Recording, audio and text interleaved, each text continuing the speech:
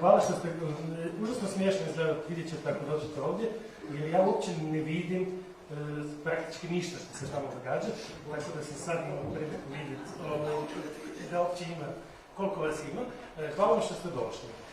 Predstavljamo knjigu profesora Petra Jandrića, Znanje u digitalnom dobu. S nama su Marcel Mars, Ana Kuzmanić, Tomislav Mežak, Petar Jandrić i doći će profesor Mitja Srdoć iz Ljubljane, ali budući da on doslovno dolazi iz Ljubljane, onda nije uspio se još parkirati. Očekujemo ga svaki čas. Petre, možeš li molite nam predstaviti reći o čemu se piše u knjizi? Hvala lijepo. Dakle, ja bih najprije počeo sa time kako je knjiga u stvari nastala, od kuda je cijela priča krenula, od kuda je ideja krenula, odnosno od kuda ideja nije krenula. A dakle, negdje 2010. godine sam radio nekakvu potpuno drugu knjigu i za tu knjigu mi se učinilo zgodno da intervjuiram jednog od ljudi koji je u ovoj knjizi, Petera McLarena. I intervjuirao sam Petera i svidio mi se format intervjua. I činilo mi se fora, to ste skupa malo napraviti još jedan intervju, pa napraviti još drugi intervju. I tako sam ja napravio nekoliko intervjua. I došao sam negdje 2015. već godine, dakle ovaj prvi intervju s Peterom je bio 2011. I došao sam negdje 2015. godine kod Petera u Kaliforniji, u Orange County, i pričao mi nešto i pitao je Peter, pa dobro, šta ti ne mraviš s tim intervjuima? I on pa nemam pojma stavljeno, stvarno ne znam šta bi ja se tu treba raditi sa svim tim skupa. I on Peter, pa dobro, šta, posloži knjigu. I tako sam ja gledao, pa vidiš draga, imam još par intervjua ili napraviti još nekoliko i nakon toga to pokušati uobličiti u knjigu. I te večeri, nakon nekoliko pića, sam otišao u svoju hotelsku sobu i u hotelskoj sobi sam složio nekakvu strukturu knjige koja zapravo danas postoji. A zašto to pričam? To pričam zato što je sigurno 3 ili 4 tih intervjua koje su u knjizi uopće nisu rađene sa idejom knjige kao takve. I vjerojatno se to vidi.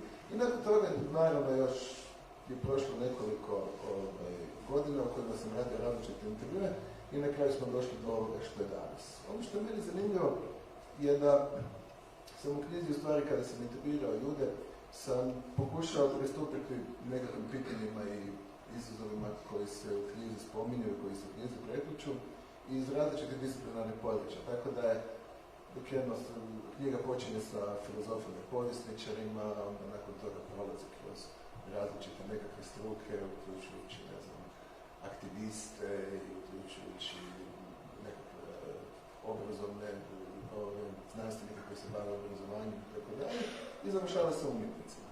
I to je u stvari, u jednom trenutku zapravo kad sam to išao gledati, išao sam na neki način pokušati obuhvatiti probleme i pitanja koje se pojavljaju u knjizi, dakle iz najrazličitijih stručnih, odnosno nekakvih disciplinarnih perspektiva.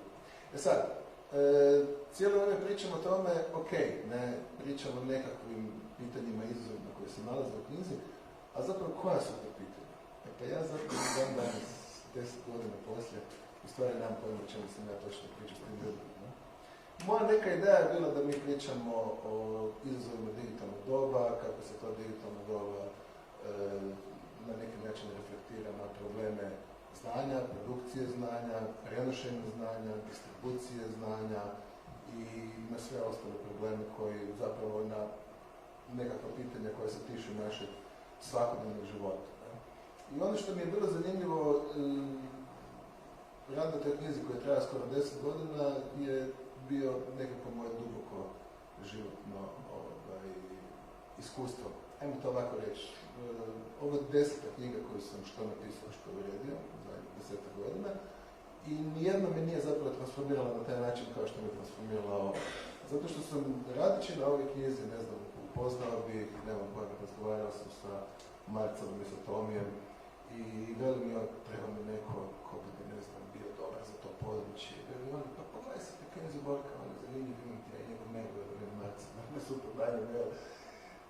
Pogledaj Mackenzie Borka, stvarno super, razgovaram sa Mackenzie Borkom, onda mi Mackenzie Borka referira na neku knjigu, recimo na Freda Turnera. I zapravo na neki način je stvar vrlo organski rasla. I i prerasla na neki način u tu jednu cjelinu koju imamo danas. Ok, ali za one koji nisu čitali knjigu i pogledali knjigu, ne znam jeste je makar prelistali dok ste čekali, tu imamo jedan poveliku ekipu, All Stars Band, ljudi koji su od 90-ih na ovamo sudjelovali u toj nekoj, nazvali smo to maloj revoluciji, znanja, odnosno prenošenja znanja, distribucije znanja, kreiranja znanja, koje je ispalo je u vrlo velikoj mjeri, većoj nego što bi se to izvana i naslutilo, nastalo u kontekstu kontrakulture druge polovice 20. stoljeća. Neki od autora američkih koje je spomenuo Petar su u tome direktno sudjelovali u onom još dobu i prije 90-ih, a ono što je u knjizi za nas, čini se osobno interesantno, je da se u njoj vidi koliko su naši kontrakulturni djelatnici, ako vas smijem tako nazvati, potpuno ravnopravno sudjelovali u nekim od ključnih projekata koji će utjecati na ono kako sustav znanja danas funkcionira. Ja predlažem da krenemo odande i da vratimo stvari na Marcela Marsa. Marcel Mars je osoba za koju možda ne znate kad čitate knjige koje niste kupili, nego ste ih skinuli sa Library Genesis.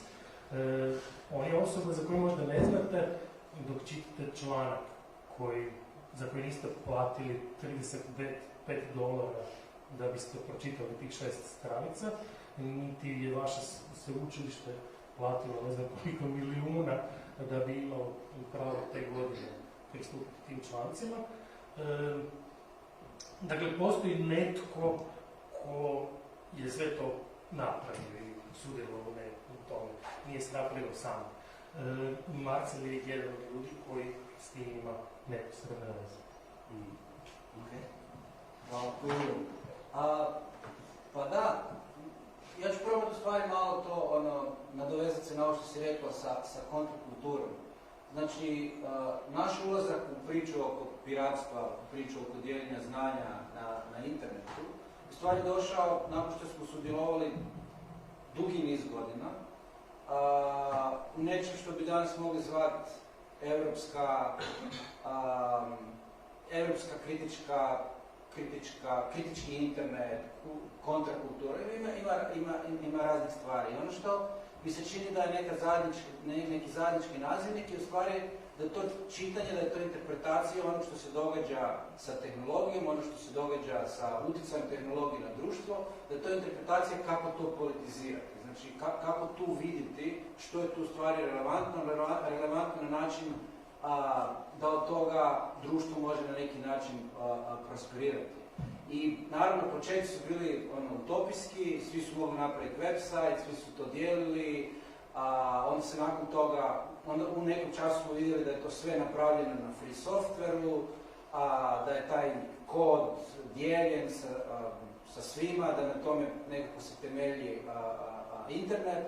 Onda su se ponovno pojavili ljudi iz humanistike, iz kulture, tipa Creative Commons, koji su rekli, ovo radi, ajmo sad to napraviti, da radi neki drugi, ajmo to napraviti da radi u muzici, ajmo to napraviti da radi u kulturi, umjetnosti i slično. I mi smo cijelo vrijeme bili dio tih dinamika. Međutim, kako su se stvari, recimo da negdje 2006. Prva utopija bila negdje recimo 98. recimo to tako, par godina prije velikog kreša 2001.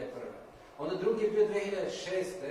kad su svi mislili da sa RSS feedovima, YouTubeom i svim ostalim, da će korisnici biti ti koji stvarno mijenjaju svijet. Znači da više nema razlike između korisnika i onih koji proizvode. I onda se to počelo urušavati. I onda smo negdje 2011. 12. imali male, samo male naslučivanja da Twitter može, ne znam, napraviti revoluciju u arapskom svijetu, da takve neke stvari. Međutim, vrlo brzo nakon toga i odmah i u to vrijeme smo imali Assangea i Snowdena koji su to potpuno porušili. Stvarno što nam se dogodilo da nekakva utopijska priča koja je recimo trajala 1996. do 2006. je negdje 2014. 15. fajn, nema više, niko ne vjeruje da tehnologija donosi išta ok, ne? Znači, postoji nekakvi super loši likovi, CIA, nema pojma, MI5, onda kod nas SOA, sve to korumpirano, sve grozno. I ono što znači, smo mi ostali je ta utopijska priča, ono što mi mislimo da postoji još uvijek taj potencijal i da se taj potencijal može napraviti tako da dijelimo znanje. I da je to jedna od ključnih stvari. Znači u svakom dijeljenju postoji nekakav rizik da se stvari pohabaju, da neko koji je ugrožen zbog tog dijeljenja bude još više ugrožen, ali nam se čini da utopijska priča, da priča oko solidarnosti, da priča tog svega što smo radili zadnjih 20 ili 30 godina, da to nekako može držati vodu, da to jednostavno, da mi možemo u isto vrijeme i paziti da neko koji je ugrožen dijeljenjem ne bude još više ugrožen, ali da nastavimo sa pričom, da dijeljenjem znanja, znači da svi imaju pristup tome, da od toga društvo ima nešto, a da ne pričamo o tome da ako želimo u medicini, u svim drugim područjima, ako želimo nešto dobiti, preduvjet je da tu djelujemo. Znači ono što se u stvari dogodilo sa svim područjima, da je privatizacija preuzela cijelu priču, da je komodifikacija, znači da sve prvo mora postati roba na tržištu, ne bi li se onda s tim nešto dogodilo i mi smo jednostavno, kako bih rekao, ostali i politizirali negdje od 2012. sa projektom Memory of the World. Ostali smo u toj poziciji protiv privatizacije, protiv intelektualnog vlasništva, protiv privatnog vlasništva i trudimo se da artikuliramo tu priču, ali s druge strane da izgradimo infrastrukturu i to je nešto što si ti spomenuo, znači deseci, stotine hiljada ljudi svaki dan to radi, ne? Znači dijeli te knjige, skida knjige, čita, najčešće ne čita, nego samo skida, ali to je isto nešto što o čemu u ovoj knjizi se također može naći, znači koji tip pedagogije i slične stvari. Ne bih htio dalje dužiti. To je negdje naša pozicija, znači artikulacija politička plus kodiranje i stvaranje nečega što onda i radi, ali to neće dugo raditi jer jednostavno stvari idu u lošem smjeru. Da, mislim, moje prvo pitanje u osnovi je bilo koje su opipljive posljedice nečeg što je, da je netko mislio prije 20 godina da će mu biti dostupno praktički sve znanje ovog svijeta i rekao bi pa to će svijet će se udeseterostručiti, bit će 10 puta bolji u svakom pogledu nego što uopće možemo zamisliti. Čini mi se da se to nije dogodilo, ali ostavimo sad to za drugu priliku, za drugi krug. Ja pozdravljam našeg profesora Srdoća, pa vas molim da, mi nismo ništa prosto rekli dok nas nije bilo, mi smo ukrali jednu hitnu temu, osim možda programiranje, tako da izvolite. Hvala vam, ja se prvo izvinjavam Petru i svima kolegama i svima vama, pošto sali dolazim iz Kopra, to je jako daleko, iako sad u ovom adventnom dobu svi dolaze u Zagreb, tako da sam to malo, kako se kaže, nisam baš dobro procijenio, ali trajalo je više od 3 sata, tako da to gdje se u prvom redu izvinjavam. Moj hrvatski sigurno nije perfektan, tako da se i zbog toga izvinjavam, tako da, evo, hvala vam. Ali sigurno bolje nego da bi na nekom engleskom i tako dalje. Sigurno će biti manje grešaka. Evo, ja sam jako zahvalan Petru pošto me je pozvao na ovaj book launch zbog više stvari.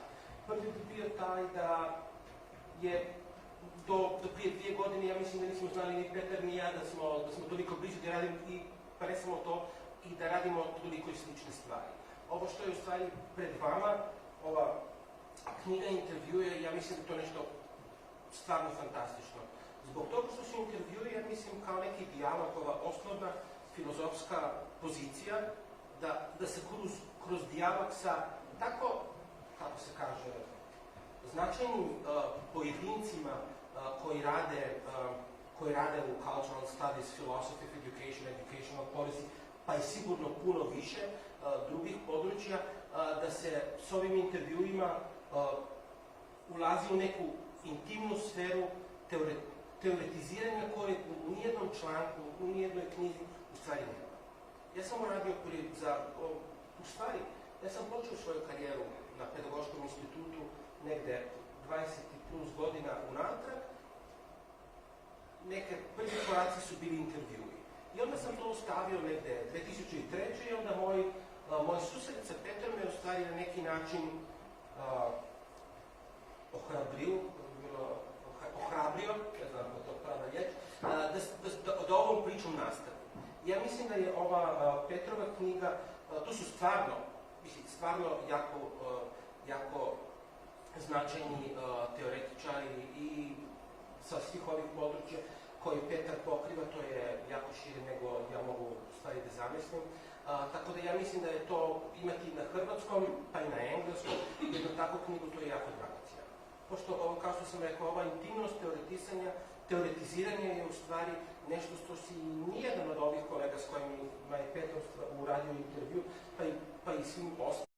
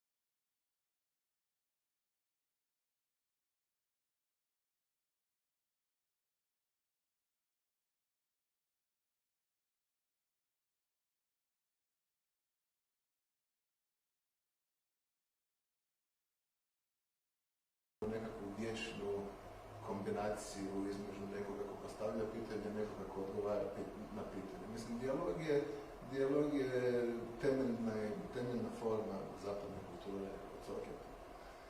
Pa na isti način mi se čini da imamo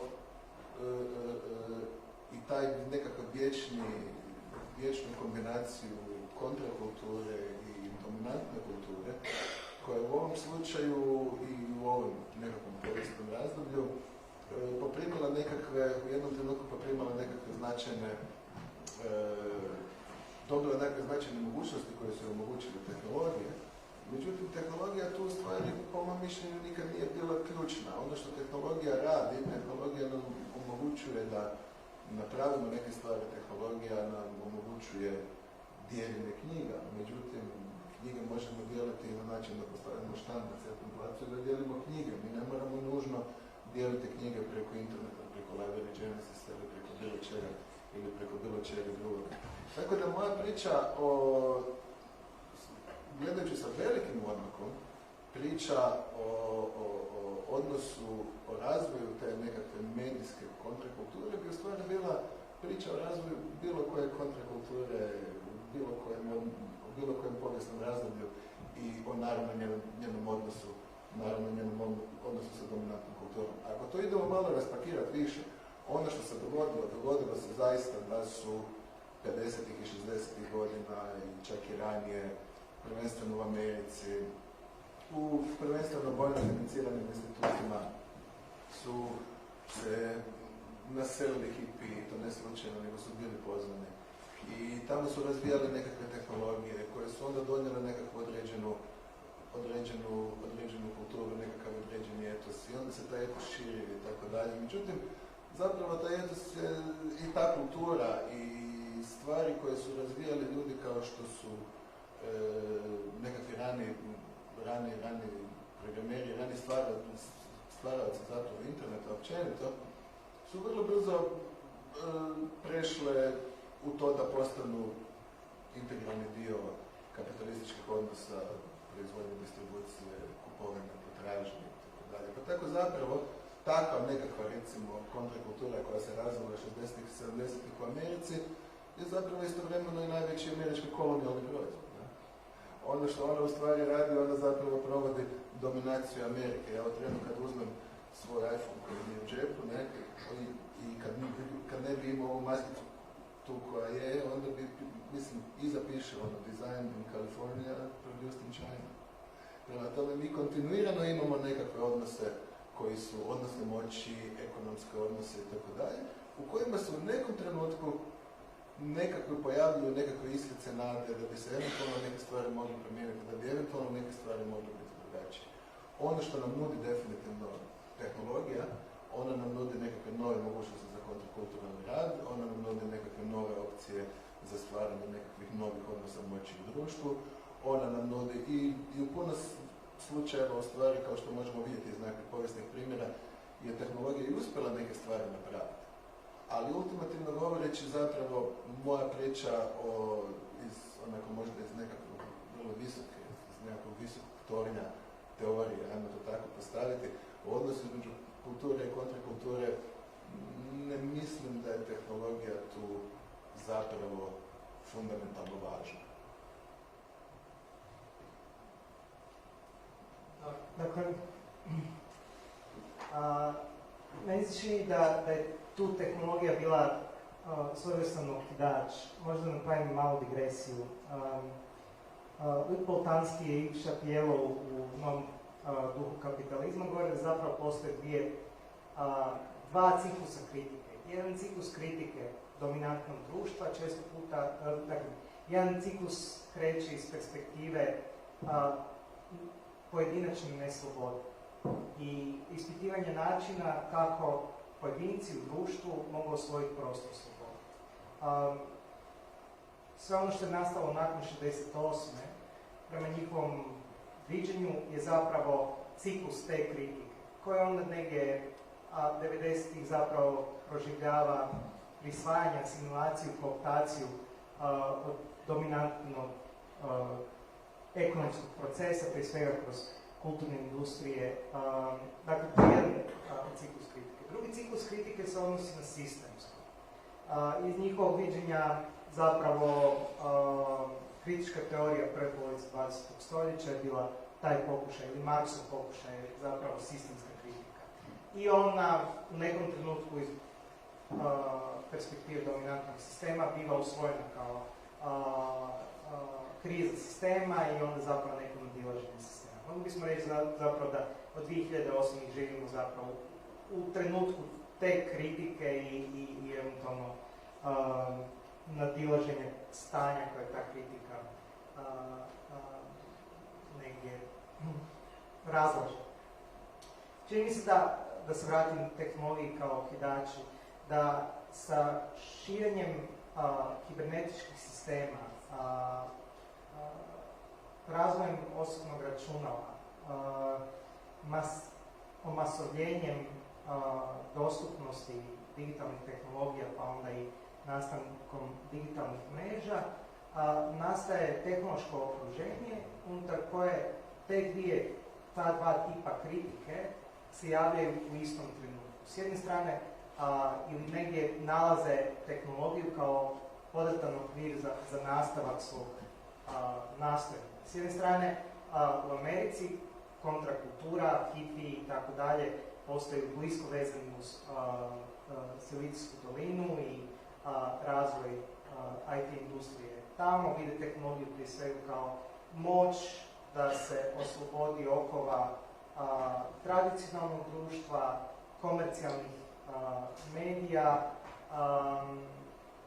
i konzumerističke kulture, i onda sad to ima zapravo svoj neki tijek u današnjicu. A s druge strane, s ove strane zapravo Atlantika, kritika uzima prije svega perspektivu strukturne dominacije. Dominacija je bitniji pojam nego sloboda s druge strane. Iako zapravo slobodarska kontrakultura će i dan danas ostaje dominantna. Ako postoji dva hegemona pojma u digitalnoj kulturi od 90-ih na ovamo, to su sloboda, koja postoji u mnogo inačica, uključujući i slobodni softver, i drugo je zajednica. S druge strane, ta neka kritička kultura, kontrakultura s ove strane, prije svega gleda odnos dominacije. I već sa ranim internetom zapravo govori, prvo to je proizvod vojno-industrijskog kompleksa, drugo, to je nastavak onog tipa instrumentalne racionalizacije koje već vidimo kroz čitav industrijsko-kapitalistički razvoj, pogotovo u 20. stoljeću sa razvojem masovnih medija. I negdje te dvije kontrakulture u velikoj mjeri progovaraju kroz ovu knjigu. Akteri tih kontrakultura progovaraju kroz ovu knjigu. Naravno, ta geografija nije posve strogo razdijeljena, ona sa svoje kompleksnosti, i mi negdje ovdje govorimo zapravo kao akteri te kulture u ovoj našoj lokalnoj sredini, Marcel i ja, i zapravo negdje spadamo više u kritičku medijsku kulturu, dakle ovo nešto što je s ove strane Atlantika, ima zapravo i svoju neku istočno europsku dimenziju koja uvijek je bila suspektna spram medija kao sredstvo manipulacije, ali onda i donosi neko iskustvo tehnologije kao pitanja ko ima pristup i ko definira politiku korištenja resursa. To možemo vidjeti kao neki nastavak problema vlasništva u socijalizmu ili pitanja samoupravljanja, ali zapravo to je neka dominantna misao koja ima veze i s time da zapravo smo protekle 3 decenije prolazili kroz razaranje nečega što je društveno stvoreno i što je bilo osnova za, recimo, blagostanje mnogih potrošnje. Toliko, mislim, ne znam, mogu nešto reći o knjizi, čini se da htio sam nešto reći o žanru knjige, ali možemo tome kasnije. Kao neko ko je pričao Petru, a neko, Može, zapamti, molite, ali ajmo prvo ću da Anu Kuzmanić, koja je ovdje kao predstavnica svega umjetničkog u ovoj knjizi, a toga ima dosta. Je li, dakle, sve u umovanju?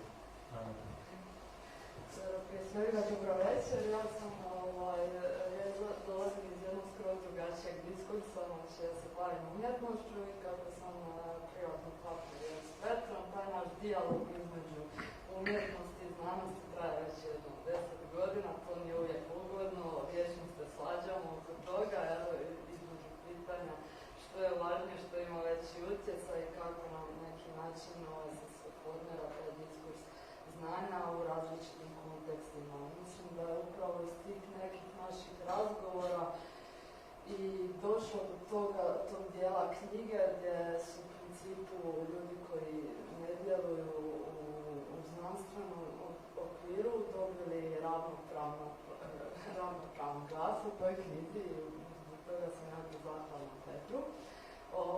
Ja na neki način tu knjigu vidim pomalo kroz drugačiju prizmu. Meni je ona prije svega knjiga koja se tiče znanja, proizvodnje znanja i u principu značenja znanja u današnjem društvu. I ono što je meni bilo u principu privatno vrlo zanimljivo u razgovorima s Petrom, da kad bi on počeo pričati o nekim vidljivim temama s kojima se susreće unutar svog konteksta, da bi ja bila upoznata s time kroz jednu drugačiju prizmu, kroz izložbe, festivale, filmove i tako dalje. Činilo mi se da upravo bilo bitno otvoriti, ja moram reći, taj most proizvodnje znanja koji nije nužno dominantno znanstveni. I tu vidimo u principu najveću doprinos koji je mala, ali u toj Petrovoj knjizi, to je neka moja uloga unutra. Ne znam je li vam još nešto vas zanima. Ne, dobro, stigneš reći. Recimo, tu su još i pitanja toga, ja imam neki specifični program gdje sam institucionalno školovana na akademijama i sad mi se čini da je to isto zanimljiva priča vezana za ove 90. Znači ja sam mlađa od svih njih i u principu sam 2000. došla u Zagreb na akademiju koja je imala neki okvir koji je dosta klasičan, se onako umjetnik tretira da moram jedvat skill neki old school i u principu moj neki prvi susret i sa suvremenom umjetnošću i sa pitanje medija i svega toga su bili van institucionalni kroz mamu i sve te u principu alternativnu scenu. I imam osjećaj danas iz ove neke udaljene perspektive nam puno više oblikovala taj neki underground, ta alternativna scena nego institucionalni kontekst. I u tom smislu mi se čini isto tako bitno stavljati, ajmo reći da isti stol u proizvodnju znanja koja je van institucionalna i institucionalna. Tome, da. Pa dobro, ja sam se možda htio nadovezati na Mitju i pitanje Žana. Ovo jesu intervjui, ali ja ih doživljavam zapravo iz perspektive živuće povijesti. U Mami kad smo krenuli raditi, tipa 2001. kad smo otvorili smo Mamu 2000. u maju, tako evo sad će biti 20 godina sljedeće godine. Prvi, drugi, treći, četvrti rođendan smo uglavnom slavili. Organizirali bismo tu u Močvari, tamo bi svirala slobodna muzika na labelu koji smo mi negdje organizirali, koji se zvao Red Bull Beats. Onda došla je negdje prva dekada i onda smo mislili, pa trebali bismo zapravo i krenuti reflektirati o tome što se dogodilo prvih 10 godina, pa je došlo 15 godina, nismo ništa poduzeli, evo sad dolazi 20 godina i ta naša priča od 20 godina nikada nije ispričana. I najbliže što smo došli zapravo pričanju te priče od 20 godina je zahvaljujući tome da su Ana i Petar koji su vodili intervju s nama na neki način napravili rad proučavanja svih naših iskaza, pozicija, promjena pozicija, pozicija unutar konteksta unutar kojeg djelujemo, što kulturnog, što aktivističko-političko, mi smo malo vezani uz pravo na grad i sve što je proisteklo iz toga. Zašto zapravo mi sami nikada ne bismo mogli, potrebno vam ni sugovornik da možete toliko duboko reflektirati. I s druge strane, omogućilo nam je, i donekle to, ja pretpostavljam, i blisko tome o čemu Ana je upravo govorila, da sagledavamo vlastitu praksu. Mi često puta pričamo o vlastitoj praksi iz perspektive politizacije. javnu knjižnicu uzimamo kao instituciju unutar modernih društava koja ima određeno obećanje, a to obećanje je da svi članovi društva kroz informacije, knjige, znanje, čitanje, dijalog, politiziranje kroz čitanje, zapravo postoji politički subjekt. Da negdje pedagogija je dio bivanja modernim subjektom modernih društava i da utoliko ta institucija koja se s jedne strane nalazi ograničena u digitalnom autorskom pravom, s druge strane rezovima ili negdje historijskim nadilaženjem društva, blagostanja i socijalne države. Dakle, da ta institucionalna forma je dobro mjesto politizacije. Ali mimo te artikulacije, zapravo rijetko imamo priliku sagledavati vlastito djelovanje kao praksu.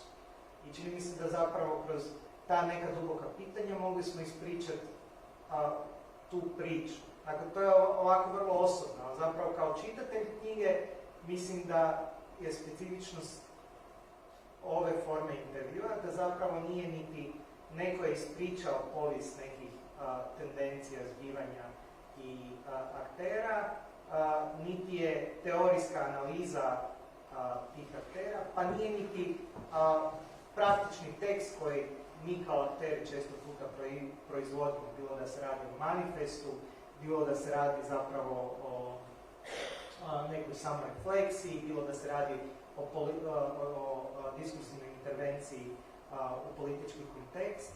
Ne, dakle, ništa od tih formi zapravo nije adekvatna.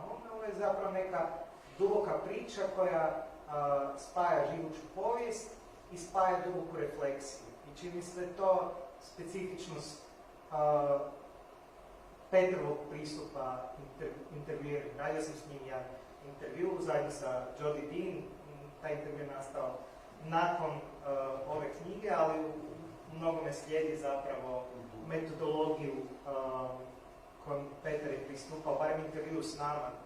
Ne znam, mi smo pred kraj knjige, pred kraj rada na knjizi intervjuirani. Petar je govorio o tome kako se njegova metodologija i njegov uvid u materiju zapravo širio. Ali čini se da zapravo je to iznimna vrijednost ove knjige, da možete saznati o toj digitalnoj putanji od utopije do distopije, pa onda neke politizacije te situacije distopije u kojoj smo se našli negdje 2006. 2007. 2008. sa Chelsea Manning, sa Julianom Assangeom, sa Edwardom Snowdenom, te zapravo neke dominacije militarističkog elementa dominacije, da negdje zapravo možemo vidjeti koje su povijesti kontra politike koje negdje u današnjici postoje. Čini mi se da, eto, to je moj zagovor za knjigu.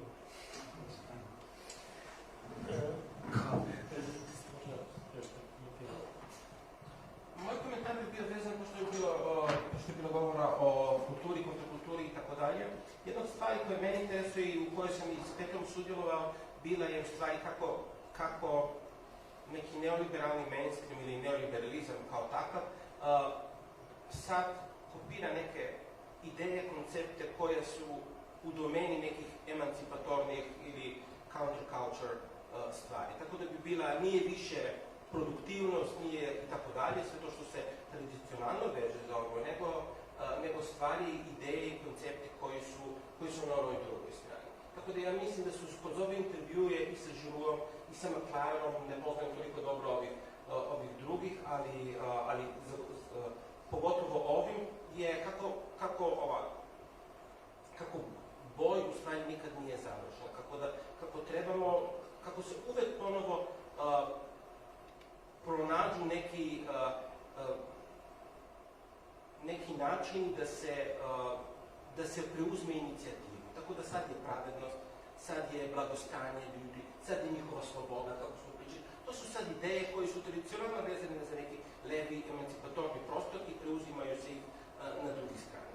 Tako da ja mislim da su kroz intervjue ovakvog tipa i s ovakvim pojedincima i teoretičarima može se doći iza onog što se u stvari producira, pogotovo na obrazovanju, jer ja inače radim u filozofiji obrazovanja, tako da su sve ove prije nekoliko sedmica kod vas, bilo bi, ne znam ako ste primijetili PISA, to je ova velika skala, kroz ove, to je sad ovaj soft power koji se upotrebljava u obrazovanju i se na neki meki način pokušava da se ništa ne promijeni. Evo, to bi bilo, ja mislim da je to jedan jako značajan korak da se u stvari analiziraju, teoretiziraju i da se dođe u neku intimno teoretiziranje koje u stvari kroz ove tradicionalne oblike kao što su knjige ili članki u stvari ne može doći.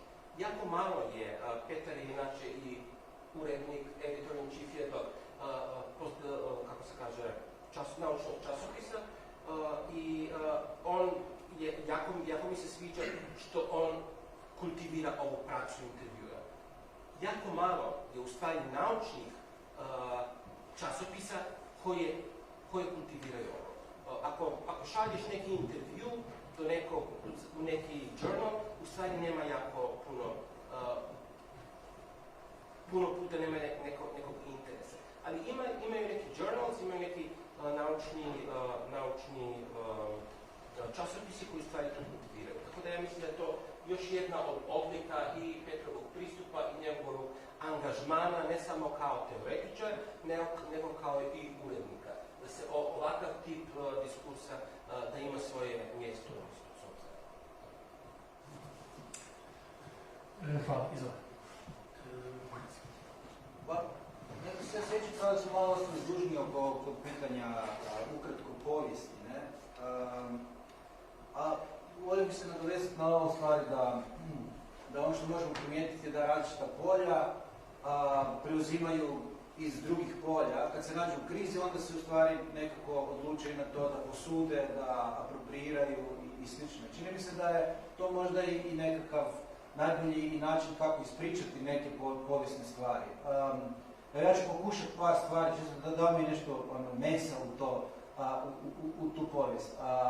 Meni se pokazalo, tad mi se nije činilo kao super šema od Lorenza Lessiga, koji u stvari govori o tome šta utječe na pojedinca na internetu. Ne, onda je rekao da njegova ključna teza je bila da je kod taj koji, znači to je bio trenutak u kojem se kod i ne samo iz tehnologije, nego iz ostalih polja prepoznao kao nešto što jako utječe na to što će se dogoditi. U tom smislu ja se ne bih složio, tehnologija mislim da ima vrlo važno mjesto. Drugo je bilo tržišni akteri, onda kao društvene norme, ono što nam je normalno da radimo i legalni sustav. Čini mi se da kad tako gledamo stvari, da onda možemo prepoznavati i koji od tih polja se kada našao u krizi. Čini mi se da je slobodni software kojeg smo spomenuli i onda opet osjećam kao da smo dužni reći i u nekom času ušao u veliku krizu. Znači većina slobodnog softvera danas nije više razvijana od strane entuzijasta, nisu nikad ni bili altruisti, ali mnogi su mislili da je to u stvari altruizmom gonjen projekt. Ono što se može reći danas je da imamo pristup kodu, ali da taj pristup kodu danas možda više nego bilo koja druga kompanija je Microsoft koja to daje. Microsoft se našao 2006. u velikoj krizi i tad su krenuli veliku transformaciju, su bili najveći neprijatelji slobodnog softvera. To su nazivali komunizmom, anti-američkim, smišljali su sve moguće načine, ilegalne načine, ili znači da su trebali platiti $500 milijarde zbog svega toga što su radili od 1999. Danas je to kompanija koja vrti Linux na Windowsu, imaju naljepnice koje kažu Microsoft voli Linux, Microsoft voli open source. S druge strane, recimo Google nije imao krizu do negdje 2010. kad su skužili da Facebook je u stvari taj koji može tu dominaciju koju su oni ostvarivali, koji to može napraviti. Do 2010.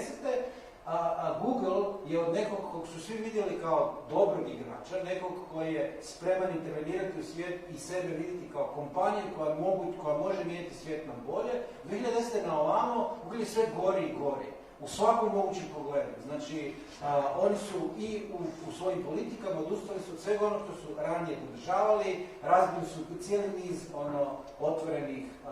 otvorenih tehnologija i sličnih stvari, čime da je to način kako to možemo govoriti. Jedan od tih modela i kriza koja smo mi spomenuli prije ovog razgovora je institucionalne krize. Znači, ono zašto smo mi danas u akademiji, znači, i Tomi i ja, je prije svega zato što predstavljamo jedan tip rizika, predstavljamo jedan tip građanskog neposluha kojeg akademija u krizi treba. Znači, akademija je u tom smislu bez moći. Ono što se nam dogodilo i s tim se zezamo da u Coventry univerzitetu u stvari se moramo ponašati kao da smo u mami. Mi smo u mami puno bolji, ne? Mi možemo naći novce, znači nakon 20 godina ti negdje znaš i možeš utjecati, možeš reći to je to što bi mi htjeli raditi. Ne možete nas natjerati da radimo ovo ili ono. Znači kao neka kulturna organizacija koja ima reputaciju. Akademija je gotovo to. Znači tamo postoji cijeli niz administratora koji nas tjera da riješimo naše plaće, da nađemo novce za projekte. Ne? I smiješno stvari kako to sve skupa izgleda. Ali razlog zbog kojeg smo mi tamo, ja sam diplomirao 2014. Znači negdje u 90-ima sam na zadnjoj godini odustao od faksa, ali oni nas zovu zbog toga što znaju da postoji rizik da to što mi radimo može završiti na sudu. S druge strane vidi to kao nešto što je relevantno. Znači način kako su oni to predstavili svom višem menadžmentu je da, pošto je Coventry bez reputacijama rasturaju Oxford, Cambridge i ne znam šta, znači oni vide svoju priliku u tome da rade nešto što je na rubu, što je rizično i da je to onda nešto što će ih napraviti distinktivnim. Znači ono što pokušavam reći, da u stvari u različitim fazama, faza koju možemo vidjeti akademiju je u velikoj krizi. Ona sad posuđuje od onih koji nisu više neutralni, koji se ne trude reći, hej, mi smo ovdje samo da bi napravili nekakvu objekt, znači znanstvenom metodologijom dolazimo do nekih objektivnih istina, ne upravo suprotno, ono što se događa da zovu najjače partizane moguće, u engleskom smislu, u našem slučaju mi dodajemo i naše partizane i sve to. Znači to je to što se događa, te stvari se mijenjaju. Kako će to dalje ići? Ono gdje smo se mi našli s Petrom je da prepoznajemo u različitim putanjama, prepoznajemo različite faze, prepoznajemo koje se krize tu negdje događaju. I to je ono što mene recimo zanima u svim diskusijama, prepoznati to i ne završiti stvari reći tehnologija tu i tu. Ne. U tehnologiji kompanije su u jednoj krizi. Evo jedan primjer, Cambridge Analytica.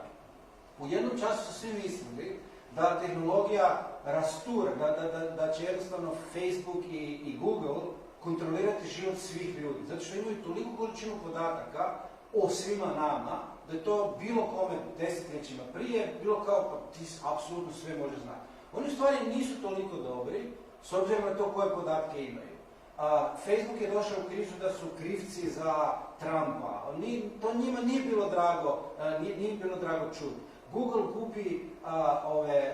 gubi revenue od Amazona zato što nisu u stanju napraviti svoje reklame korisnima kao što su to ranije uspijevali napraviti. Znači, vi kad danas idete kupiti nešto, odlazite direktno na Amazon, više ne idete srčati na Google. Oni, s obzirom na sve te podatke, nisu u stanju promijeniti te trendove. I onda ono što smo dobili, i to je u stvari po meni najopasnije stvari, mislim da je to najveća kriza koju imamo, je da povjerujemo da recimo Cambridge Analytica je ta koja ima tu moć. Cambridge Analytica, ja sam to dovoljno proučavao, pozivam bilo koga da imamo diskusiju oko toga, ništa od ono što tvrde da su napravili, nisu napravili. Znači jedno što su oni uspjeli napraviti, da su vjerili sve da su moćniji, bitno moćniji nego što jesu. To je kompanija koja je najkorumpiranija ikad. Oni su napravili gomilu stvari u različitim drugim procesima izbora i ne znam šta, gdje su radili ono što HDZ radi, gdje glasaju mrtvi, gdje potplaćuju, gdje kradu, gdje naručuju ubojstva. Znači to je kompanija koja radi te stvari. Ono što su oni uspjeli uvjeriti svijet je da machine learning, da artificial intelligence i slične stvari su to što je dovelo Trumpa. Ne, oni su bili prvo sa Ted Cruzom i spušili su. S njima su se sprdali unutar Trumpove kampanje cijeli taj niz, cijelo to vrijeme tamo. I sad ovo sve pričam i na brzinu. Ono što pokušavam reći je da je naša najveća opasnost da povjerujemo da su oni moćniji nego što jesu. Ono što sam siguran je da s obzirom na hype koji je napravila Cambridge Analytica dobit će milijune investicijama i moguće da će to polje stvarno napredovati, ali to polje trenutno nije tako moćno i naša vjera da je moćnije nego što je, će njima donijeti novce i možda će onda i tako i postati moćni. To je recimo kriza koju ja vidim s obzirom na to što se događa danas s obzirom na tehnologiju. A i znaju. Hvala. Petar, hvala. Petar, imaš ti šta za dodat prije nego što zamolimo cijenjenu publiku da nas izrešeta pitanjima? Pa evo možda jedna mala stvar koja je na neki način proizlazi iz cijele knjige, proizlazi iz nekih mojih ideja i osobnih i privatnih i znanstvenih i kako god hoćete. Pričali smo o krizama, različitim krizama. Ti si pričao o krizama tehnološkog sektora, akademije, dakle fakulteta, istraživačkih institucija, nevladni sektor isto ima krizu. Možemo reći da je kontrakultura u krizi, šta je zapravo danas kontrakultura. Ono što se tu događa je određeno rastakanje nekakvih sustava, rastakanje nekakvih piramida moći koje su postojale i mi se zapravo nalazimo u jednoj situaciji, u jednom vremenu u kojem se te stvari prepliču. Dakle, biti danas profesor na fakultetu ima vjerojatno vrlo malo zajedničkoga sa nekime koji je recimo bio profesor na fakultetu prije 20, 30, 40 i 50 godina. Birajte, hoćete od akademske slobode, hoćete od organizacije vremena, hoćete od načina na koji funkcioniraju napredovanje, kako god, prekarnog rada o kojem smo govorili i tako dalje i tako bliže. Način na koji funkcionira bilo kakva kontrakultura se isto mijenja.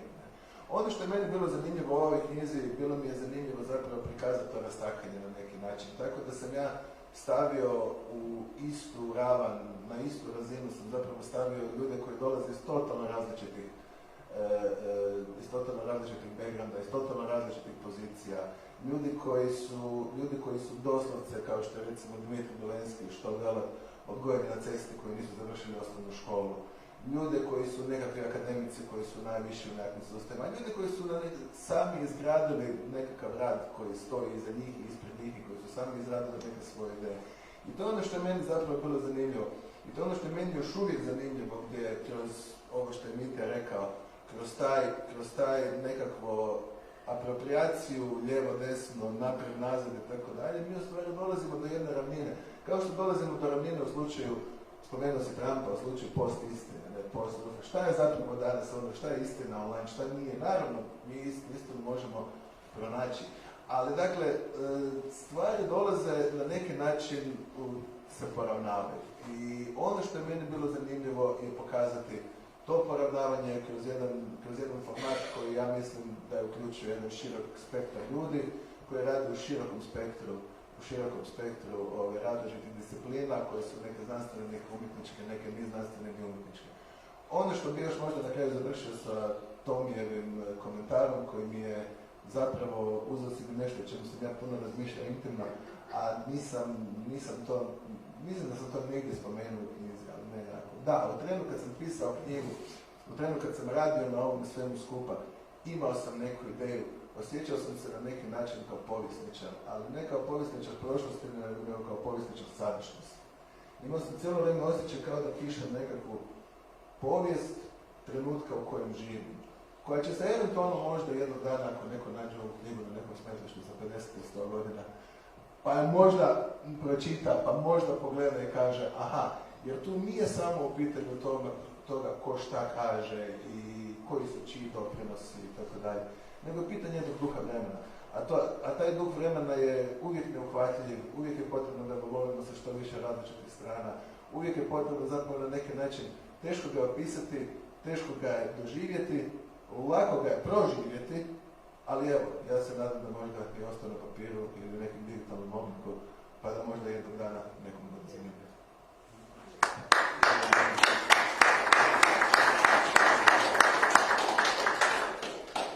Puno hvala. Izvolite.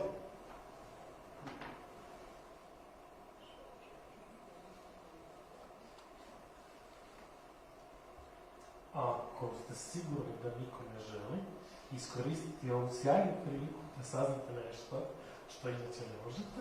Ima knjiga, nije Molim? Ima knjiga. Evo izvolite. Za knjigu informacije pita čovjek. Ima knjiga. Knjige će da, to točno. Vi ste poslovniji nego ja. Knjigu možete s posebnim popustom i možda i sa potpisom autora kupiti u prostoriji Doke. Ako je to sve, ja još jednom zahvaljujem i pozdravljam vas. Kupite molim vas knjigu s posebnim popustom i možda s potpisom autora. Hvala vam.